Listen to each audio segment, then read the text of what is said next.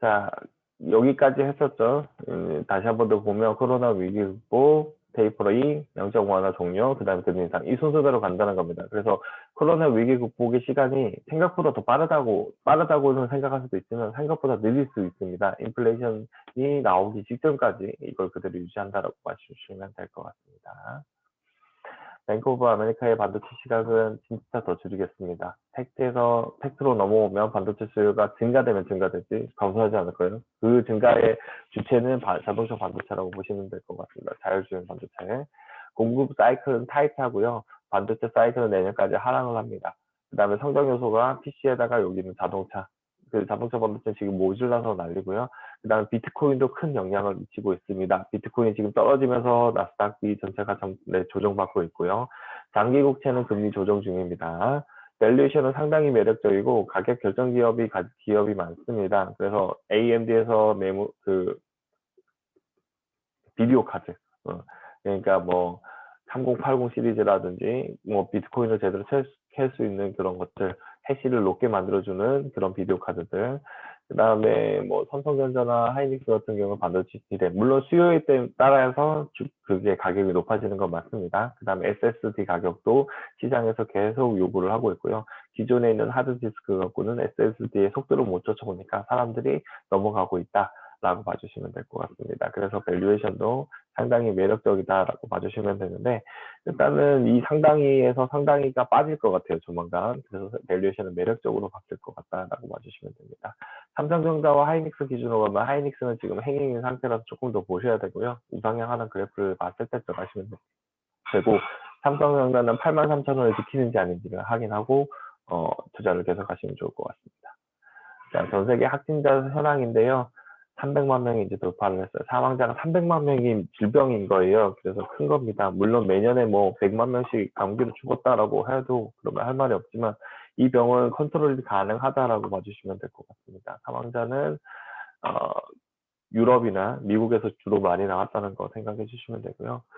우리나라도 지금 한 5천 명 정도가 많이 생겼어요. 600명씩 700명 생기다 보니까 그런 거고요. 빨리 600명 된 게 500명 대 이하로 떨어져야 된다라고 봐주시면 될 것 같습니다.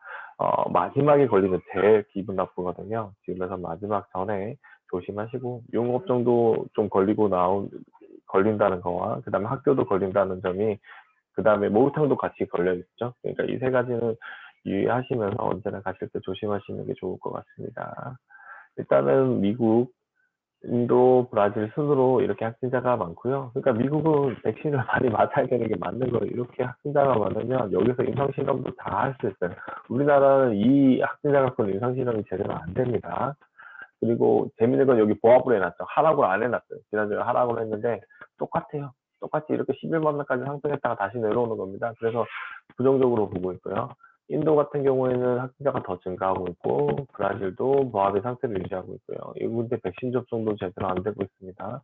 프랑스 같은 경우는 그대로 유지하고 있는데, 독일로 가면 독일이 이렇게 증가를 하고 있어요. 25명에서 다음 주에 차단한다고 보고요.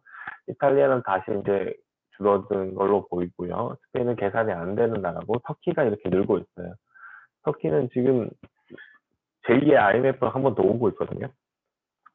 여기는 금리가 10% 넘어가는 걸로 알고 있고요. 그 다음에 달러 대비 자국의 환율도 또 치솟고 있어요. 그러니까 이게 독재국가의 단점이라고 보시면 될 것 같습니다. 우리가 우려하고 있는 시장에서 한 당이 독재를 해서 나올 수 있는 문제점이 여기 다 나오는 거고, 지도자가 누구냐가 상당히 중요하다라고 보시면 됩니다. 미국도 솔직히 지도자 바뀌고 난 다음에 백신 우선 정책 하다 보니까 이게 빨리 잡힌다, 이렇게 봐주시면 되겠죠. 자, 멕시코도 동일하고, 이란도 증가하고 있습니다. 그 다음에 인도네시아도 증가하고 있고, 동남아시아 국가들도 위험해지고 있다라고 봐주시면 될 것 같습니다. 전파 속도가 좀 빨라요. 근데 치명률이 좀 떨어졌잖아요. 그러니까 치명률은 계속 떨어지고 있고, 젊은 사람들 위주로 좀 많이 걸리고 있다라고 봐주시면 될 것 같습니다. 백신 접종률을 한번 체크하면 120만 회에서 이제 150만 회로 늘었는데, 기본적으로 이게 빨리 1000만이 넘어야만 우리나라도 좀 더 안전해진다라고 봐주시면 좋을 것 같습니다. 확진자 증대가 되고요. 6월 말까지 해서 확보가 되는 거고, 그래서 1000만 명만 어느 정도 와주면 괜찮으세요. 5월에 들어온다고 했으니까 이 5월에 들어오는 것만 제대로 되면 전체적으로 지연 가능성은 줄어들고요. 한국 바이오 기업 수혜는 뭐 시젠이 오히려 제약사로서 이득을 보잖아요. 그러니까 사실상 코로나19의 백신에 따른 수혜는 우리나라는 좀 적어요. 그리고 순위까지 확인하셔야 되니까 순위가 막 좋진 않을 것 같다는 느낌이 들어요. 그다음에 셀트리온이 이렇게 치료제 긴급 사용 허가한 것처럼 치료제가 이제 성공한 기업들이 나왔고요. 내부 정보가 어느 정도 필요합니다. 저도 이걸 다 가지고 있진 않기 때문에 추천을 못 드리고 내부 정보가 있다고 할지라도 순위까지 가야 돼요. 순위까지 못 가면 기업이 그러니까 업그레이드가 안 돼요. 그래서 기업이 업그레이드 되는 종목들을 찾아서 가셔야 됩니다. 그래서 시장에 있는 지배력이 상승하는 종목들을 선택하셔야 되고 그러지 못할 경우에는 수익률을 작게 보시고 매수를 보유로 하거나 매도를 하거나 그런 전략을 해주시면 좋을 것 같습니다. 자, 이제 포스트 코로나주인데요. 해외업종 잘 나갈 겁니다. 지금 이제 31,000원 정도 왔었고, 단기로 하루 이틀 정도 조정 들어왔다고 올라갈 가능성도 있지만, 우상향 그대로 갈 수도 있습니다. 왜냐하면 단기 조정을 하면 누군가는 팔아야 되거든요. 그러니까 중간 평균 이동성을 딱 걸치는 순간 팔고 나가게 됩니다. 그러면 우상향 해버릴 수가 있어요. 근데 이게 지금 벌써 20%는 찍었고, 한두 번 안 찍었기 때문에 단기적으로는 조금 올랐다가 다시 지금 가격대보다는 조금 위에로 재조정 한 번 더 할 수도 있습니다. 왜냐하면 실적 발표하는 기간에 외국인과 기관은 조금 팔고 나가는 그런 성향을 보이거든요.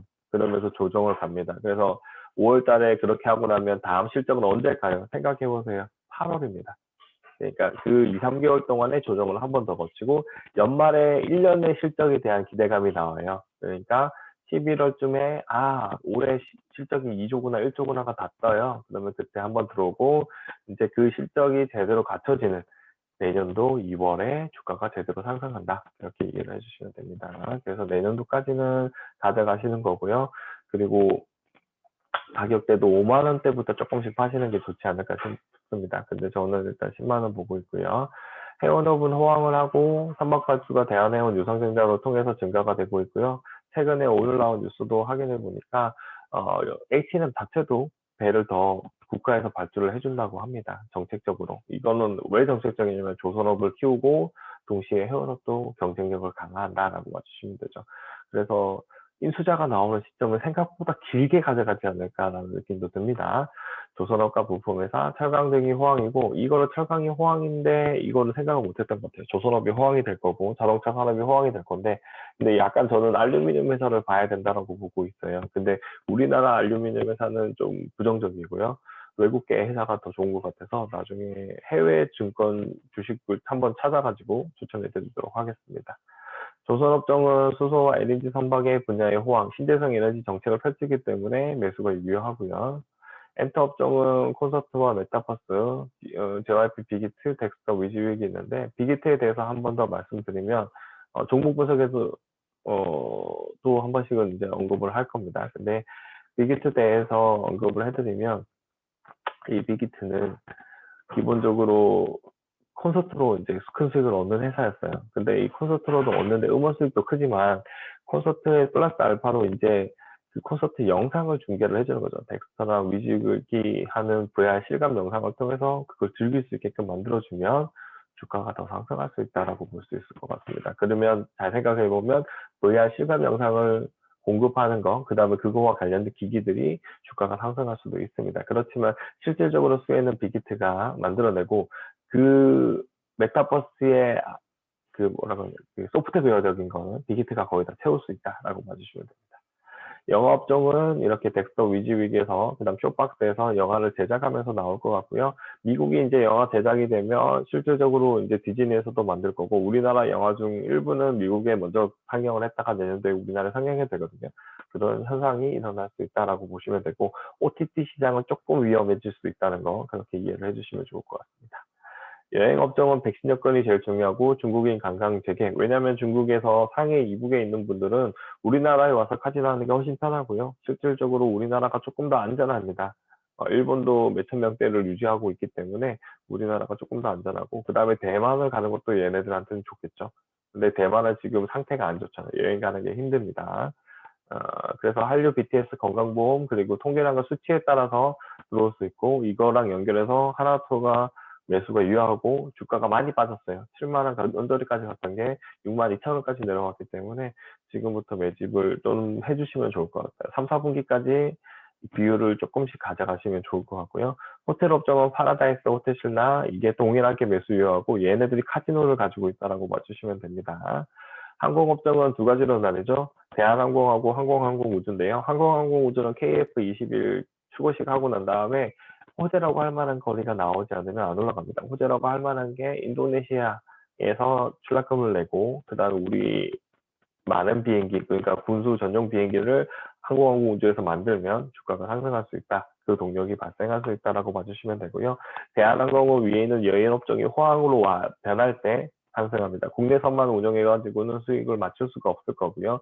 비즈니스에 많은 사람들이 탑승해서 해외여행을 오고 갈 때 주가가 상승할 수 있다라고 봐주시면 됩니다.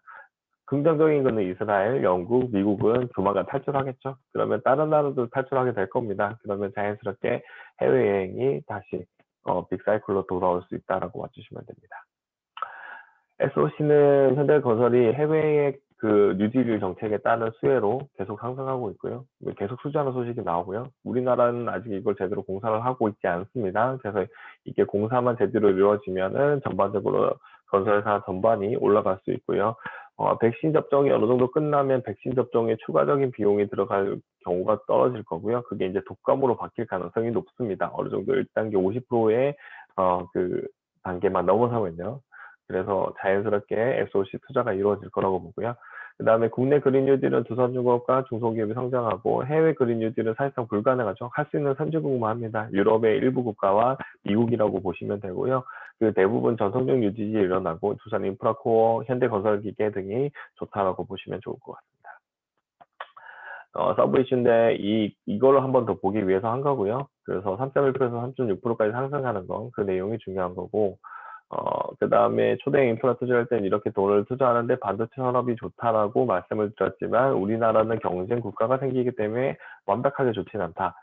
대신 이제 전기차에서 현대차가 우버랑 협업을 하고 있어요. 근데 전기차 인프라를 구축한다는 것 자체. 지금 현대차가 국내에서도 전국에 있는 휴게소에다가 인프라를 구축하고 있잖아요. 그게 긍정적이고, 현대차, 기아차와 협력하는 게 SK 이노베이션이에요. 그래서 SK 이노베이션 주가도 좋고, LG화학도 미국에다 건설을 제대로 한다는 소식이 나오기 때문에, 이거는 지금 가지고 계신 분들은 일부 파는 것까지는 괜찮아요. 왜냐면 저점에서 올라왔기 때문에.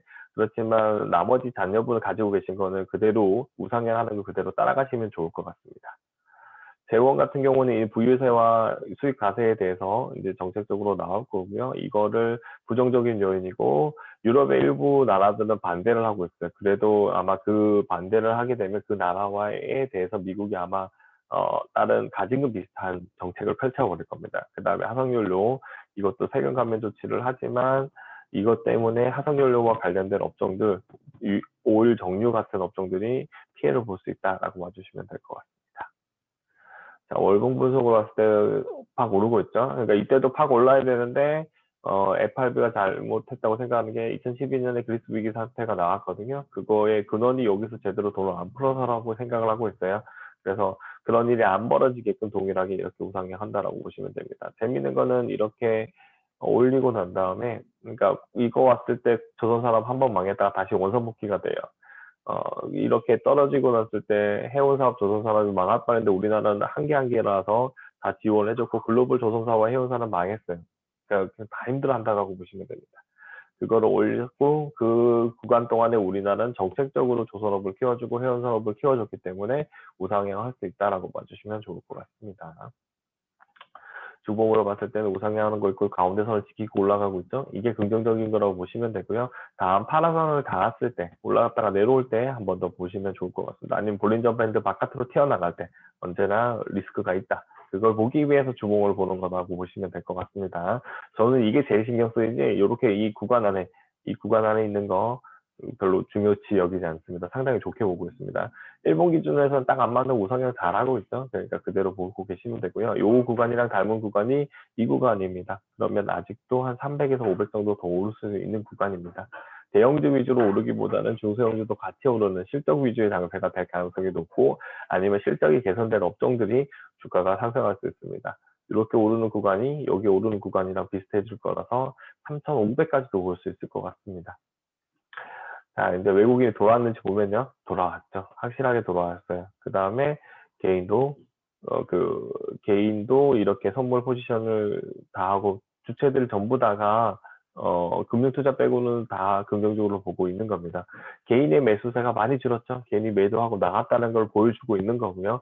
개인이 플레이를 잘하고 있네요. 물론 이제 이거랑 반대로 플레이한 사람들도 있어서 지금 땅을 치고 후회하실 건데, 이런 거, 그러니까 특히 외국인과 금융투자가 살 때 빠져나가는 행동들은 나쁘지 않습니다. 물론 제일 고점에 팔았으면 좋겠지만 그거는 예측이 불가능하다라고 보시면 될 것 같아요. 자, 원달러 환율인데 여기 찍고 1250원 찍고 난 다음에 떨어지고 있는 추세가 확실하고요. 그 다음에 주봉 기준으로 보셨을 때도 이게 내려옵니다. 올라갔다 다시 내려오고 있죠. 이거는 비트코인이랑 연결되기도 하고요. 처음에 비트코인 해지를 하면서 갑자기 이렇게 꿍 떨어졌었거든요. 그 다음에 데이로 봤을 때도 이게 내려오는 추세고, 이 추세가 이제 삼성전자가 배당을 해줬잖아요. 배당금이 다 외국으로 나간다고 사람들이 생각했는데, 그 배당금 나가봤자 쓸 데가 없어요. 어차피 자기들이 투자하는 사람들은 자기가 받는 돈도 있고요. 그래서 이 배당금을 재투자를 했을 가능성이 상당히 높다라고 보시고, 이 배당금이 결국에는 삼성전자 주가를 떨어뜨리는데, 떨구고 난 다음에 어디다 갈까? 저는 H&M 같이 실적이 좋은 종목들을 사주고 혹은 실적이 개선되는 종목들을 사줄 수 있다라고 봐주시면 될 것 같습니다. 마지막으로는 이제 비트코인인데요. 이걸 수정을 했어요. 그러니까 어제 12시만 해도 6,900만 원 정도 됐는데 그 미국에 있는 비트코인을 이제 환산했을 때 6,900만 원 정도 되는데 지금 이제 바뀌어가지고 6,700만 원까지 떨어졌어요. 근데 7,600은 그러니까 1,000만 원 이하로 떨어졌다. 그렇게 봐주시면 될 것 같아요. 그리고 이렇게 그 헤지 프라이드가 가능한 거는 우리나라도 투자하고 미국도 투자하는 사람이 가능해요. 그래서 양쪽을 미국 거는 사고 그 다음에 우리나라는 팔면 이게 이제 지금 1,000만 원 이하로 떨어졌잖아요. 지금 팔거나 혹은 500만 원대까지 보고 있으면 500만 원대까지 가까워졌을 때 정리하고 나간다라고 봐주시면 될 것 같습니다. 거액의 돈을 가지고 있는 사람이 재미삼아 투자를 하는데 이것도 뭐 레버리지이기 때문에 실질적으로 큰 수익을 가져갈 수 있다라고 봐주시면 될 것 같아요. 레버리지라는 것은 자기의 증거금의 몇 배로 투자가 가능한 것을 얘기합니다. 이것도 정리를 한번 해드릴게요. 그래서 이 구간이 줄어들고 있고 미국 선물과 미국의 비트코인의 가격은 움직임은 거의 동일하다. 그 정도까지 말씀드릴 수 있겠습니다. 이번 주 주간 시황은 여기까지 하고요. 월요일 날 이전에 종목 분석을 해서 올려드리도록 하겠습니다. 감사합니다.